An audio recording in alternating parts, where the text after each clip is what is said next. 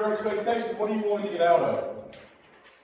It's going to be what you put into it, what you're going to get out of it. But if there's something that, when we get in these small groups that we haven't really talked about, but the conversation leads that way, or God leads us that way, by all means, we're going to go there and have those discussions. And if we need to have some smaller discussions after the fact, we're open to that as well. If there's something as the month goes on that we don't cover, that you want us to cover, please let us know after the fact, and we'll be happy to introduce it into one of our sessions so that we can have a good opportunity to talk about it. Because we've been out of the game a little bit. We've been married 20 years this year. Ms. April, how many years y'all in now? 17. So we're a little rusty with the dating game, but we're probably smarter than we've ever been in our relationship with the good Lord. I beg to differ. I think we're pretty good at the dating game. Yeah, that's good. All right, go ahead if you don't mind. So here's a question for you. Are you hot? Yes. I expected to get a reaction on this. Are you hot? Do you consider yourself hot? I'm always hot. I get burned up temperature-wise. Now, looks, I wouldn't necessarily go there, but temperature-wise, I'm always physically hot. But are you hot? In the world today, that's kind of a slang term of how you describe somebody. Oh boy, he's hot, or oh boy, she's hot. And I don't say he don't, but. And I don't say she unless I'm talking about her. But so that's a term you hear today. So we're going to see how hot you guys are. Go ahead, Ms. Allison. For this to be successful, we need you to be humble. We need you to realize that you don't know everything there is to know about relationships. You don't have it all figured out. You're not the best friend in the world that you can be. You're not the best girlfriend, boyfriend in the world that you can be. You're not the best daughter or son that you can be. We got to realize that we can get better at relating with one another. We've got to be open. We've got to be open to hearing other people's ideas. We've got to be open to changing our minds and opinions about things, because we may have the wrong ideas and the wrong opinions. But we also have to be open when it comes to being transparent. It isn't going to do any good if you just sit in these small groups and say the answers you think are the churchy answers. If you say what you think is supposed to be said, or what everybody would want you to say. What we want you to do is we want you to use this time for us to be honest with one another. Us to share things we've struggled with. Share mistakes we've made. Share, where we see ourselves being weak or vulnerable. That's what this is all about. This is about us getting better together, not us putting on our Sunday best and pretending we're something we're not. So relationship goals. What is your relationship goals? If you search that hashtag, please don't. You'll probably see something inappropriate, because anybody and everything can use hashtags in today's age. You can use something from the Bible and it even has something inappropriate. But relationship goals, that's something that's pretty big in the world today. And where do we get our ideas of what a relationship looks like? The perfect relationship. Like Miss Allison loves Mickey Mouse. So Mickey and Minnie's relationship, they've dated forever. I don't know that they ever got married. They probably were dating too long. They need to either decide if they can get married or move on. They've been together for like 70 years dating now. All right, so then you have the little romantic, we're nothing alike, but we fit together perfect, the lady in the tramp. Then you've got obviously the royalty with Ariel and Prince Eric, and even up here with the former prince or whatever marrying this young lady. So you've got all these pictures in your head of what relationships look like. Are they the right view? Or are your views of relationships and your goals in relationships a little tainted? That's what we're going to kind of talk about. That's our purpose. So this is some things I'm just kind of rhetorical questions at this moment. This is stuff I'd like y'all to talk about when we break out into small groups. What are some bad examples of relationships you've seen? What are some relationships that you have seen that have been ones you're like, I don't want my relationship to be that way, but the world makes it look glamorous? Then what's some examples of some good relationships, healthy ones you've seen?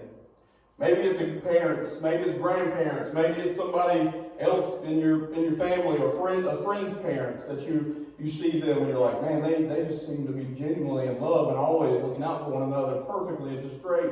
Who's those good examples in life?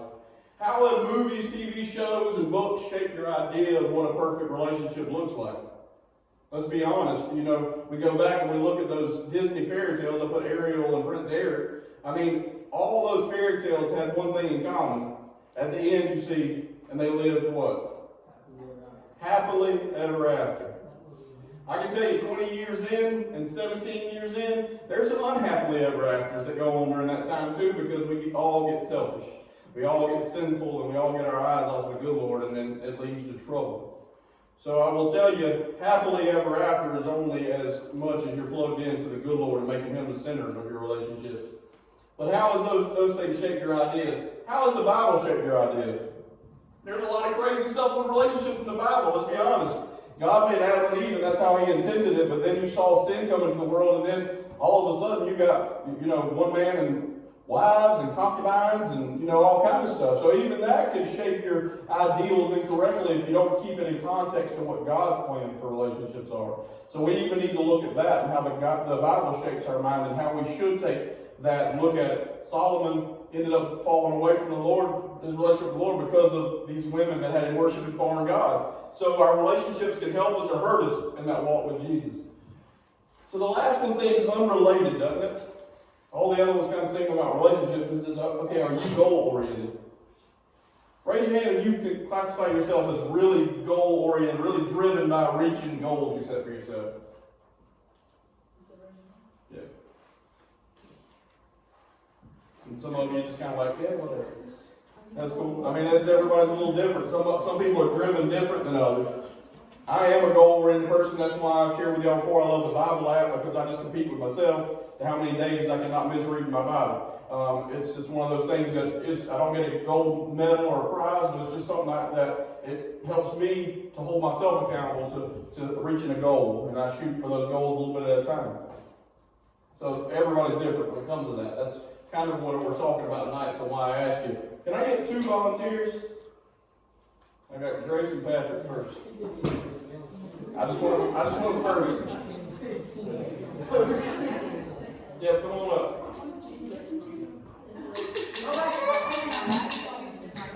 Alright, we're gonna use this mic stand as like the line we gotta be behind this.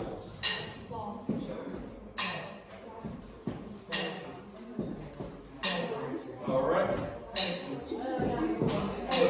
I gotta be behind the mic stand. That's the only rule. Go ahead.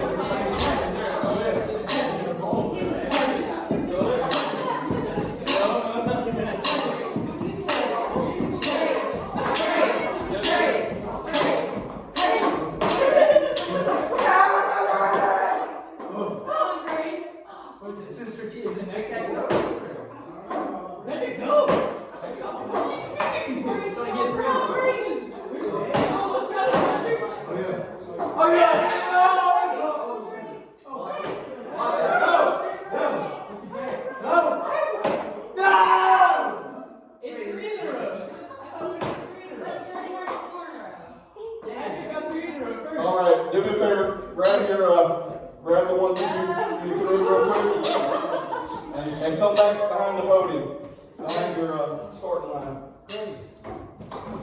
Oh man, I'm being switched It's called a bandwagon. I thought I was a champ. Alright, how'd they do?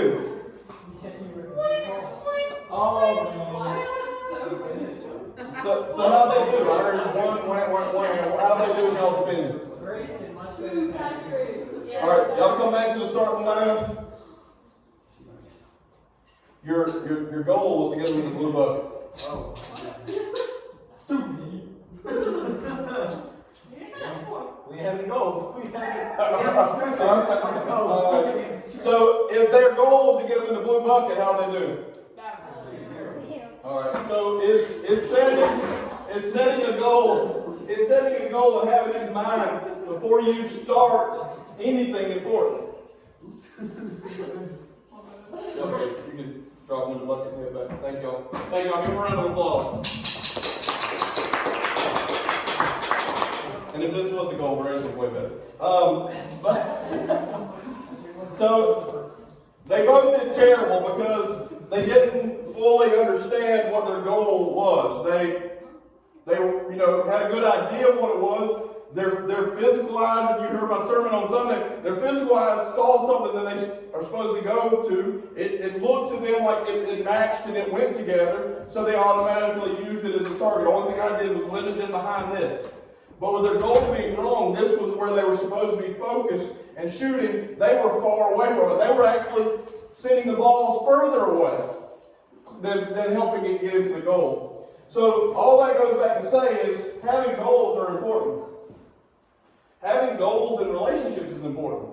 If you don't have goals in place, then you're not going to accomplish what you set out to do.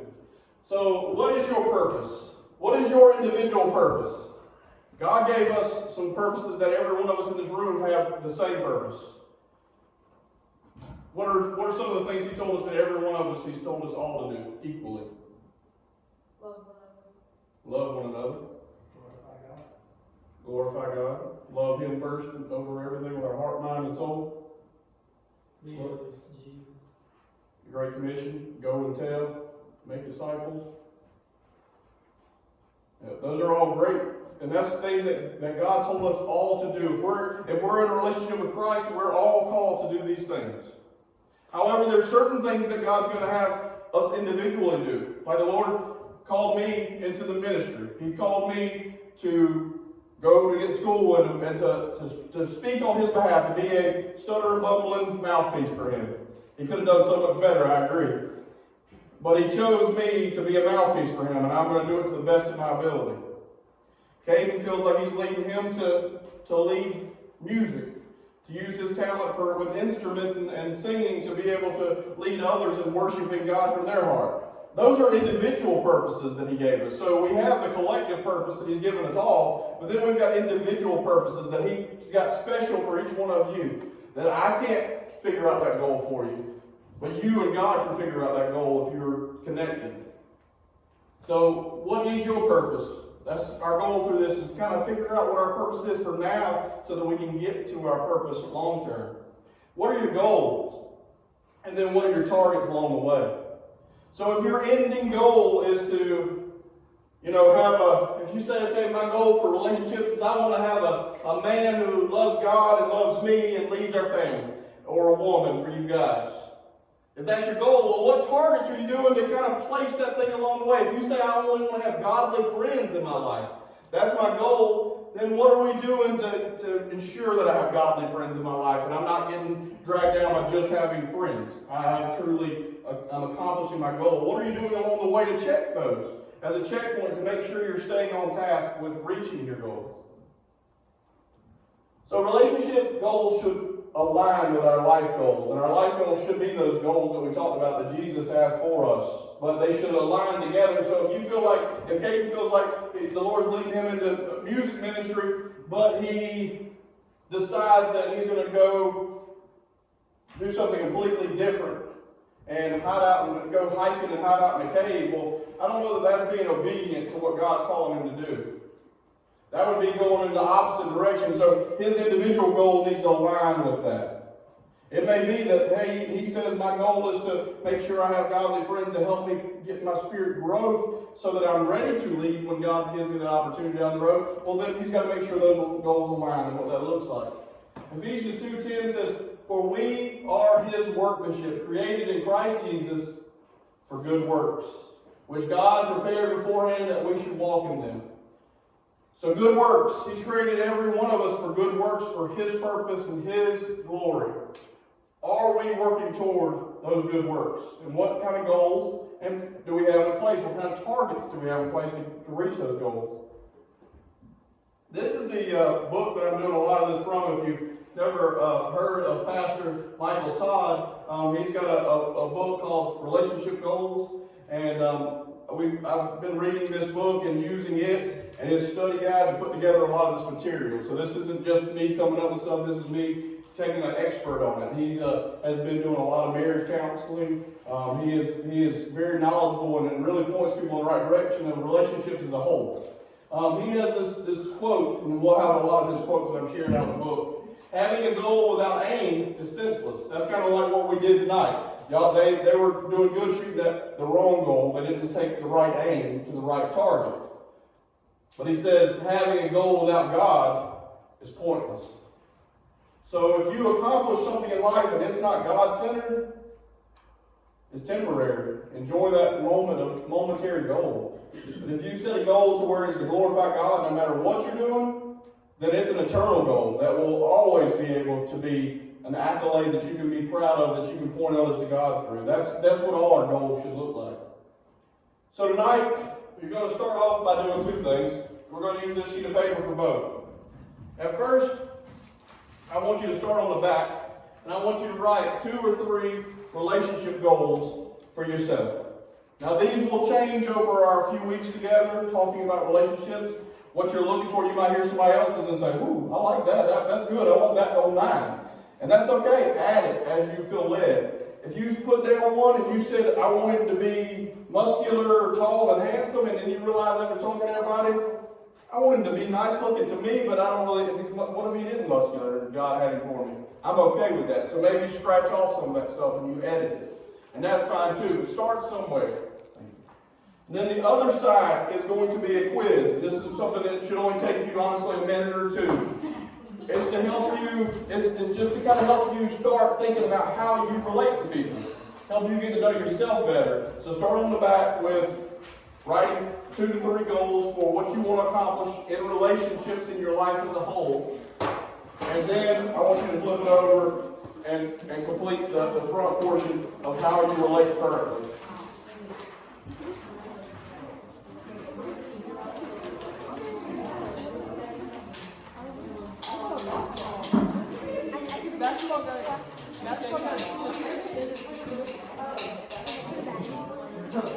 This is for like relationship, right? Yep. Friendship, parents, husband. Yep. Relationship as a whole.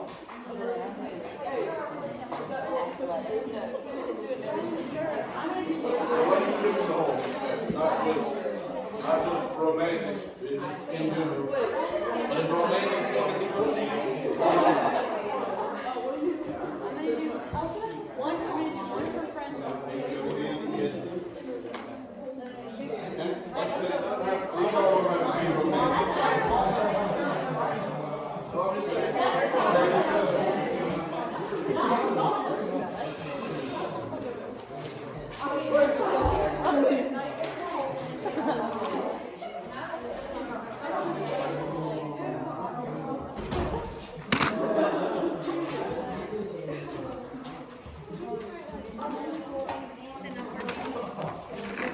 Here, just throw it away.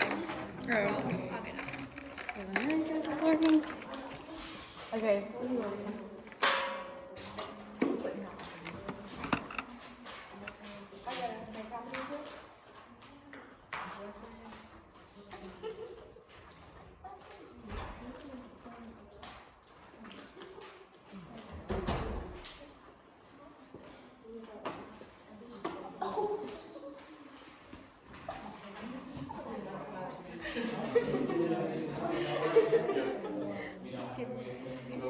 As soon as you finish your goal, flip it over and take the assessment on the back.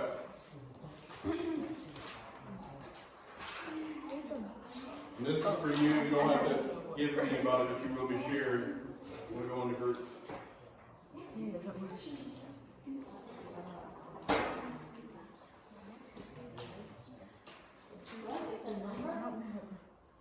Yeah. For a boy, I got a big long list.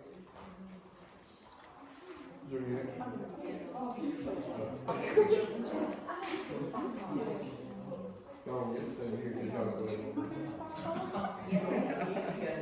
I get to go to the sweaty hot room.